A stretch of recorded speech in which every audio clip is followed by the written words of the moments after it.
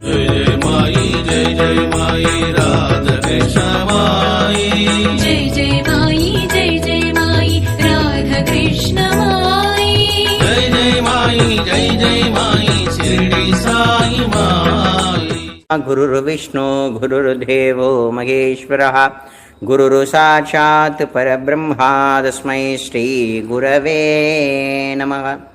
हरि ओम्। ओम साई श्री साई जय जय साई। ओम साई श्री साई जय जय साई।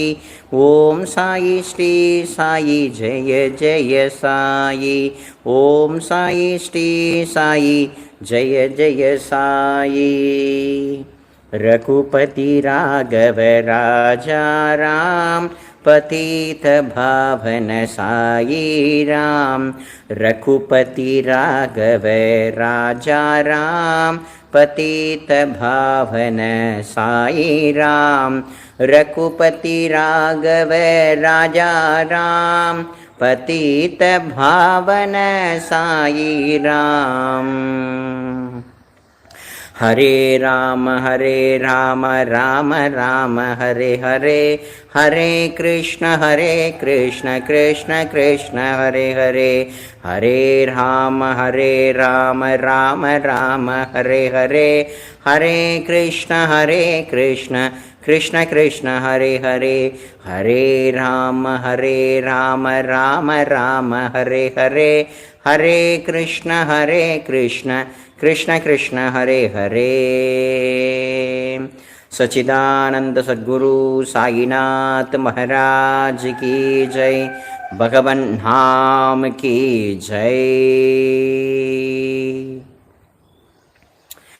எல்லாம் வல்ல சத்குருநாதருடைய அருட்பெரும் கருணையினால ரொம்ப முக்கியமான பதிவு இது. நாமத்தினுடைய மகிமை, நாமத்தினுடைய சக்தியின் பிரபாகம், சாய்நாதருடைய திருநாமமே மகா மந்திரம். இந்த இதில் ஃபஸ்ட்டு நம்ம எதை அனுபவிக்கிறோம் அப்படின்னு பார்த்தீங்க அப்படின்னா, நாமத்தினுடைய மகத்துவத்தை ஃபஸ்ட்டு நம்ம தெரிஞ்சுக்க போகிறோம். நாமத்தினுடைய மகத்துவத்தை பற்றி நம்ம தெரிஞ்சுக்க போகிறோம். அதுக்கு முன்னாடி நம்மளுடைய வாழ்க்கையை கொஞ்சம் திரும்பி பார்க்கணும். நான் ஒவ்வொரு சத்சங்கத்திலையும் சொல்லுவேன், நம்மளுடைய வாழ்க்கை பயணத்தினுடைய லட்சியம் என்ன, நம்ம ஏன் பிறந்தோம் அப்படின்ற ஒரு லட்சியம், எதுக்காக பிறந்திருக்கோம், எதை நோக்கி பயணம் பண்ணிட்டு இருக்கோம், இதெல்லாம் பற்றி நம்ம அலசி ஆராயக்கூடியது தான் சத் சங்கம் அப்படின்றது. அந்த விதத்தில் நம்ம இப்போ என்ன பண்ணிட்டு இருக்கோம் அப்படின்றது உண்டு. நம்ம நமக்காக என்னைக்கு வாழறோம், நமக்காக நான் சொல்றது நமக்காக என்னைக்கு வாழறோம், குடும்பத்துக்காக நான் வரல. இப்போ ஒரு மனுஷன் காலையில் 6 மணிக்கு எழுந்திரிச்சு வேலைக்கு போறார் அப்படின்னா, வேலை செய்கிறார், சாப்பிட்றார், டயர்ட் ஆகிடுது, படுத்துடுறார், திரும்பி ஏந்திரிக்கிறார், போறார், வரார். இதுக்கிடையில் சம்பாரிச்ச பணம் எங்கே போதுனே தெரியல. அதுக்கும் மேலே அவர் எதை நினச்சி துவழ்றார் அப்படின்னா, என்ன உழைச்சி உடம்பு தான் போது, மனசுக்கு நிம்மதியே இல்லையே அப்படின்ற மாதிரி ஒரு இந்த வாழ்க்கையை பற்றின ஒரு வெறுப்புணர்வு உண்டாகுது.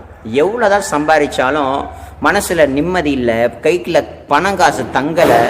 நம்ம என்ன தான் வாழ்க்கையை வாழ்ந்துட்டு இருக்கோம், இருக்கலாமா இல்லை போயிடலாமா, இந்த மாதிரியான எதிர்மறையான எண்ணங்கள் சுற்றி இருக்கக்கூடிய சூழ்நிலைகள் காரணமாகவோ, குடும்பத்தினுடைய சூழ்நிலை காரணமாகவோ ஒரு மனுஷன் விரக்தி அடைகிறான் அப்படின்னு வச்சுக்கோங்களேன். அப்படி மனுஷனானவன் விரக்தி அடைஞ்சிட்டான் அப்படின்னா, அப்போதானே அவன் சிந்திக்கிறான், நம்ம ஏண்டா பிறந்தோம் அப்படின்னு. அப்போதான் அவன் சிந்திக்கிறான். மனசில் நிம்மதியே இல்லாமல் போயிடுது. ஏன் நிம்மதி இல்லாமல் போகிறதுங்கிறதே அவனுக்கு தெரியாமலேயே போயிடுச்சு. அப்போ இழந்த நிம்மதியை எப்படி பெறது? இந்த உலகத்தை பொறுத்து நிம்மதி கிடைக்கவே கிடைக்காது. ஆனால் கிடைக்கும். வேலைக்கு போனால் கை நிறைய சம்பளம் கிடைக்கும், அந்த காசை வச்சு சுகபோகத்தை அனுபவிக்கலாம். இது உலகாயுத விஷயம். ஆத்மீக ரீதியான ஒரு வாழ்க்கை இருக்கு. ரெண்டு விதமான வாழ்க்கை. ஒன்று, நமக்கு பிடிச்ச மாதிரி என்ன வேணாலும் பண்ணலாம், எப்படி வேணாலும் வாழலாம், பணத்தை சம்பாதிச்சுக்கலாம், எப்படி வேணாலும் செலவு பண்ணிக்கலாம், நல்லதும் நடக்கும் கெட்டதும் நடக்கும். ஆனால் இரண்டாவது விதமான வாழ்க்கை ஆத்மீகமான வாழ்க்கை. பகவான் நமக்கு ரெண்டு ஆப்ஷன் கொடுத்துருக்கிறதா நான் சில நேரலையில் சொல்லியிருக்கேன். ஒன்று, உன் இஷ்டப்படி நீ வாழ்ந்துக்கோ, நீ உன் இஷ்டப்படி வாழ்ந்துக்கோ, அதனால் வரக்கூடிய இன்பத் துன்பங்களை அனுபவிச்சுக்கோ, திரும்ப திரும்ப நீ பிறவி எடுத்து சுகபோகத்துக்குள்ளேயே அமிழ்ந்து போயிடு. ரெண்டாவது, தர்மம் சத்தியம், தர்மத்துக்கு உட்பட்டு சத்தியத்துக்கு உட்பட்டு. தர்மம்னா எதுன்னா பகவானே தர்மம், சத்தியம்னா எதுனா பகவானே சத்தியம். ஸோ அவனையே நினைத்து கொண்டு அவனுக்காக வாழ்ந்து கொண்டு அவர் விதிச்ச வாழ்க்கையை நம்ம வாழ்றது. அவர் நமக்காக வாழ்க்கையை விதிக்கிறார் இல்லையா, நீ இப்படிதான் வாழணும்னு ஒரு கண்டிஷன்ஸ்லாம் போடுறார் இல்லையா, அதுக்கு கட்டுப்பட்டு வாழ்ந்தா நமக்கு அனாதியான ஆனந்தம் ஏற்படும். ஆனால் நம்ம இஷ்டத்துக்கு நம்ம வாழ்றதுனால தான் நிம்மதியே இல்லாமல் போயிடுது. ஆனால் பகவானை மட்டும் குறை சொல்லுவோம். பண்ணுறதெல்லாம் நம்ம பீடி குடிக்காதடா, மதுபானம் அருந்தாதடான்னு சொல்கிறாங்க. ஆனால் அந்த பாட்டிலையும் குடியை கெடுக்கும் அப்படின்றது போட்டிருக்கு. பீடி குடிச்சாக்கா அதில் போட்டிருக்கு கேன்சர் வரும்டா அப்படின்னு போட்டிருக்கு. தெரிஞ்சதானே குடிக்கிறான். அப்போ தெரிந்தே செய்த தவறுக்கு பகவான் மேலே பழிய போடலாமா? போடக்கூடாது இல்லையா? அப்போ அந்த மாதிரி இந்த நாடு இதனால தான் கெட்டு போகுது. இந்த நாடு இந்த உலகத்தை உற்று நோக்கிறதுனாலையும் அடுத்தவனை பார்த்து கெட்டு போகிறதுனாலையும் தான் கெட்டு குட்டிச்சோரா போகுது. அப்ப நம்ம இயற்கையான பகவான் கூட வாழல, செயற்கையான சுகபோகங்களுக்காக வாழ்றோம். அதனால நமக்கு என்ன பிரயோஜனம் அப்படின்னா மன நிம்மதி இல்லாத வாழ்க்கை. மன நிம்மதி இல்லாத வாழ்க்கை. எதுக்கு ஓடுறோம்? பணத்துக்காக ஓடுறோம். எதுக்கு உழைக்கிறோம்? பிறருக்காக உழைக்கிறோம். உங்களுக்காக நீங்க உழைச்சிருக்கீங்களான்னா இல்லவே இல்லை. இந்த நிமிஷம் வரைக்கும் உங்களுக்காக நான் சொல்றது, உங்களுடைய மனைவி, பிள்ளைங்க, சுற்றத்தார், உற்றத்தார், இவங்களை நான் பேசல. உங்களுக்காக நீங்க வாழ்ந்திருக்கீங்களா இல்லையா? அதாவது தனிப்பட்ட மனிதனுடைய எண்ணங்கள், அதாவது உனக்கான ஒரு வாழ்க்கைனா என்ன அப்படின்னா, நீ யார், எங்கிருந்து வந்த, இப்ப நீ என்ன பண்ணிக்கிட்டு இருக்க, நீ எங்க போற, உன்னுடைய பிறவியினுடைய லட்சியம் என்ன, அதை நோக்கி உன்னுடைய பயணம் யாது அப்படின்னு சொல்லக்கூடியதான வாழ்க்கை. புரியுதுங்களா? இப்ப சரவணன் இருக்கிறார் அப்படின்னா, நான் ஏன் பிறந்தேன், எதுக்காக பிறந்திருக்கேன், இப்ப நான் என்ன பண்ணணும், பகவானை அடையிறது தான் இந்த வாழ்க்கையினுடைய லட்சியம், பிறவியினுடைய லட்சியம். அப்ப அதை நோக்கி நான் பயணிக்கிறேனா இல்ல. மனைவி, சுற்றத்தார், உற்றத்தார், இதுக்காக தான் நான் வாழ்ந்துட்டு இருக்கேன். அப்ப எனக்காக நான் என்னைக்கு வாழ போறேன்? அந்த வாழ்க்கை, நமக்கான வாழ்க்கையை நம்ம என்னைக்கு வாழ போறோம்? ஆத்மீகமான வாழ்க்கை, ஒழுக்கமான வாழ்க்கை. அப்ப சுய சிந்தனையோட சுய உணருதல், அதாவது ஆத்மாவை உணர்றதுக்கான ஒவ்வொரு வாழ்க்கையும். புரியுதுங்களா? நம்ம இந்த லௌகீகமான உலகத்துல, பகவானால படைக்கப்பட்ட உலகத்துல நம்ம வந்துட்டோம். ஆனா வந்த நமக்கு புறமே எல்லாமே தெரிஞ்சுட்டு இருக்கு, அகத்துக்குள்ள ஒண்ணு இருக்கு, அதை தெரிஞ்சுக்கணுங்கிற நாட்டம் இல்லாம போயிட்டு.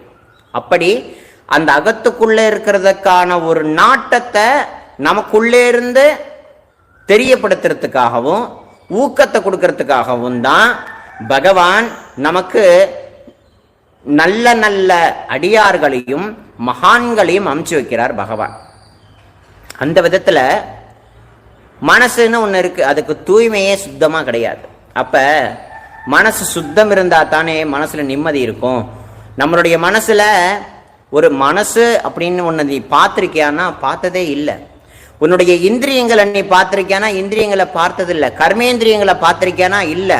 அதை இயக்கக்கூடிய தன்மாத்திரைகளை பார்த்திருக்கியானா இல்லை, எதுவுமே நம்ம கண்களுக்கு தெரியலையே. ஆனா நமக்குள்ள இருந்து இயங்குறது அதுதான் அப்படின்றத நம்ம உணர்றோம்னா சுத்தமா உணர்றது இல்லை.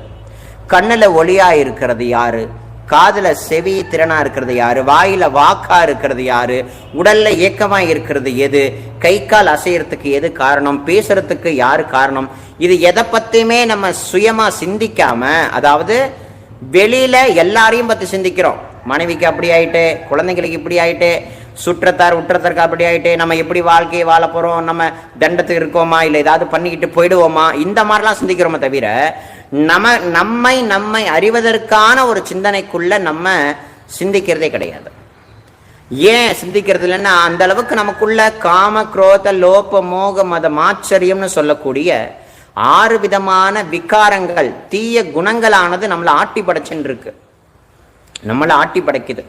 ஆனா அத்தனை ஆட்டி படைச்சலுக்கும் சாட்சியா உள்ளிருந்து அதை பார்த்துட்டு இருக்கான் பகவானும் குருநாதரும்.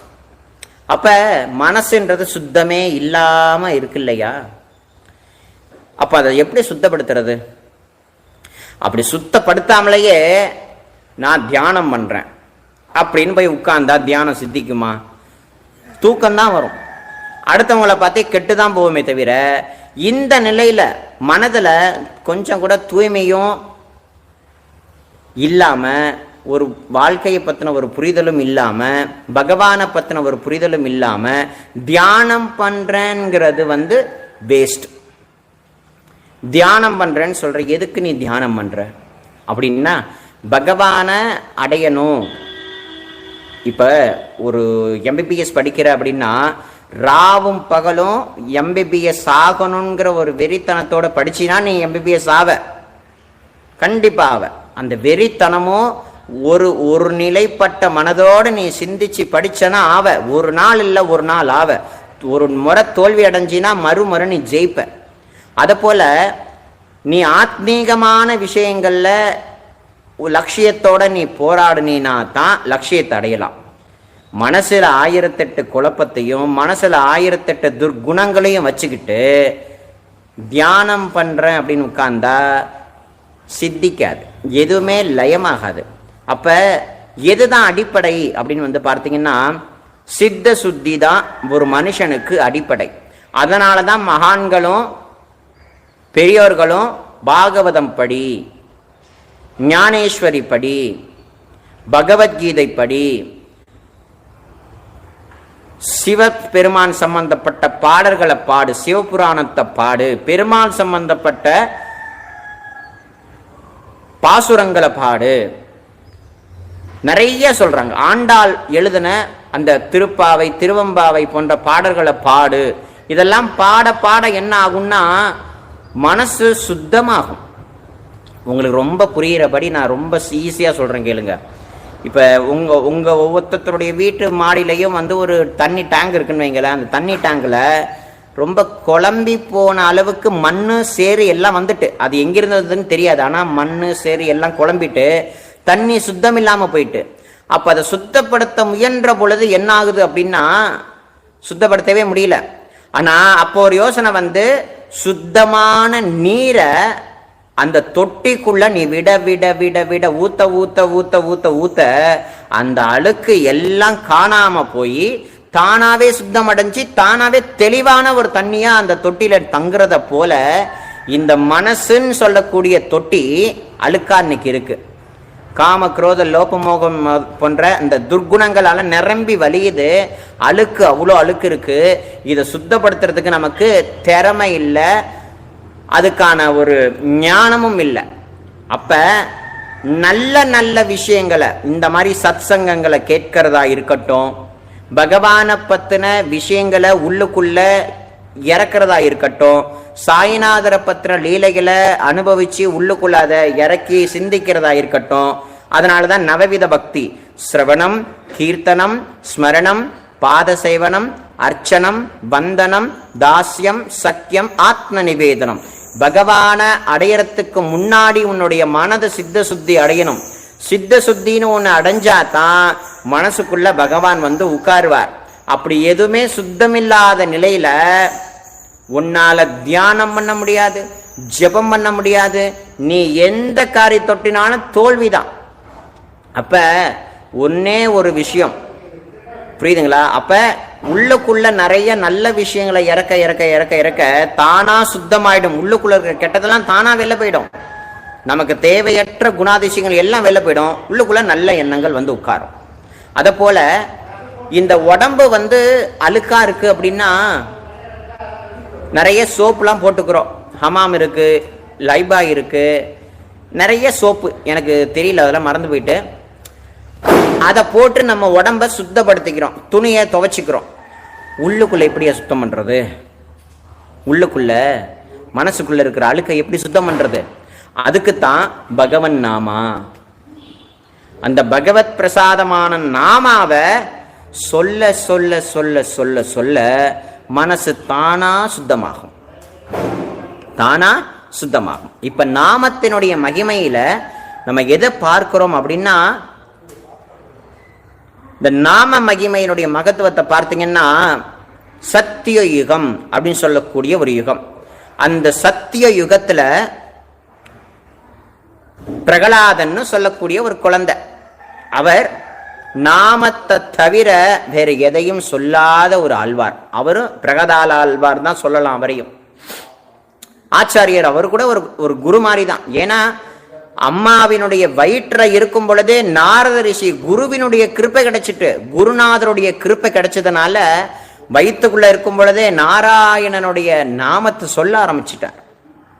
வெளியில வந்ததுக்கு அப்புறம் என்ன, வெளியில வந்ததுலேருந்து ஹரிநாம சங்கீர்த்தனம் தான். ஹரி ஹரி ஹரி ஹரி ஹரி. அவங்க அப்பா ஹிரண்யகசிபுவுக்கு நாராயணனை கண்டாலே பிடிக்காது. நாராயணனை அழிக்கிறதுக்கு முற்பட்ட ஒரு அசுரன்னே அவரை சொல்லலாம். ஹிரண்யகசிபு சொல்லக்கூடிய ஒரு அரக்கன்.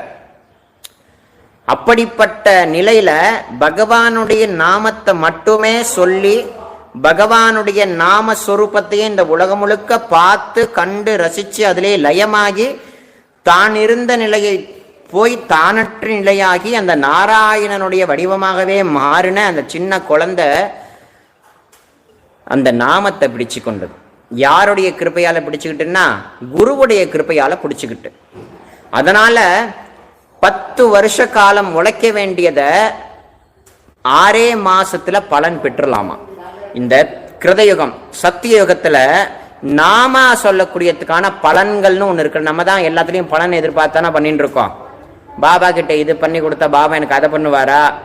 இப்ப உறவுகாரங்களுக்குள்ளேயே நீ இதை எனக்கு பண்ணினா நான் உனக்கு இதை பண்ணுவேன், நீ பண்ணலைன்னா நான் உனக்கு பண்ணவே மாட்டேன். அந்த மாதிரிதான் ஓடின்னு இருக்கு வாழ்க்கை. அந்த மாதிரி சத்திய யுகத்துல 10 வருஷ காலம் பலன், 10 வருஷ காலம் நீ உழைக்கிறதுக்கான பலன் 6 மாசத்துல கிடைச்சிருமா. அதே போல திரேதா யுகத்துல அதே 10 வருஷத்துக்கு நீ உழைச்ச பலன் அதே 6 மாசத்துல கிடைச்சிருமா. துவாபர யுகத்துல 10 வருஷ காலம் உழைக்க வேண்டிய உழைப்பு ஒரே மாசத்துல கிடைச்சிருமா. இந்த நாமாவுடைய மகத்துவத்தை பத்தி சொல்லிட்டு இருக்க. கலியுகத்துல 10 வருஷ காலம் உழைக்க வேண்டிய அந்த உழைப்புக்கான பலன் ஒரே நாள்ல கிடைச்சிருமா, ஒரே நாள்ல கிடைச்சிருமா. அப்படின்னா இந்த நாமத்தினுடைய மகத்துவம் எப்படிப்பட்டது அப்படின்றத நம்ம உணரணும்.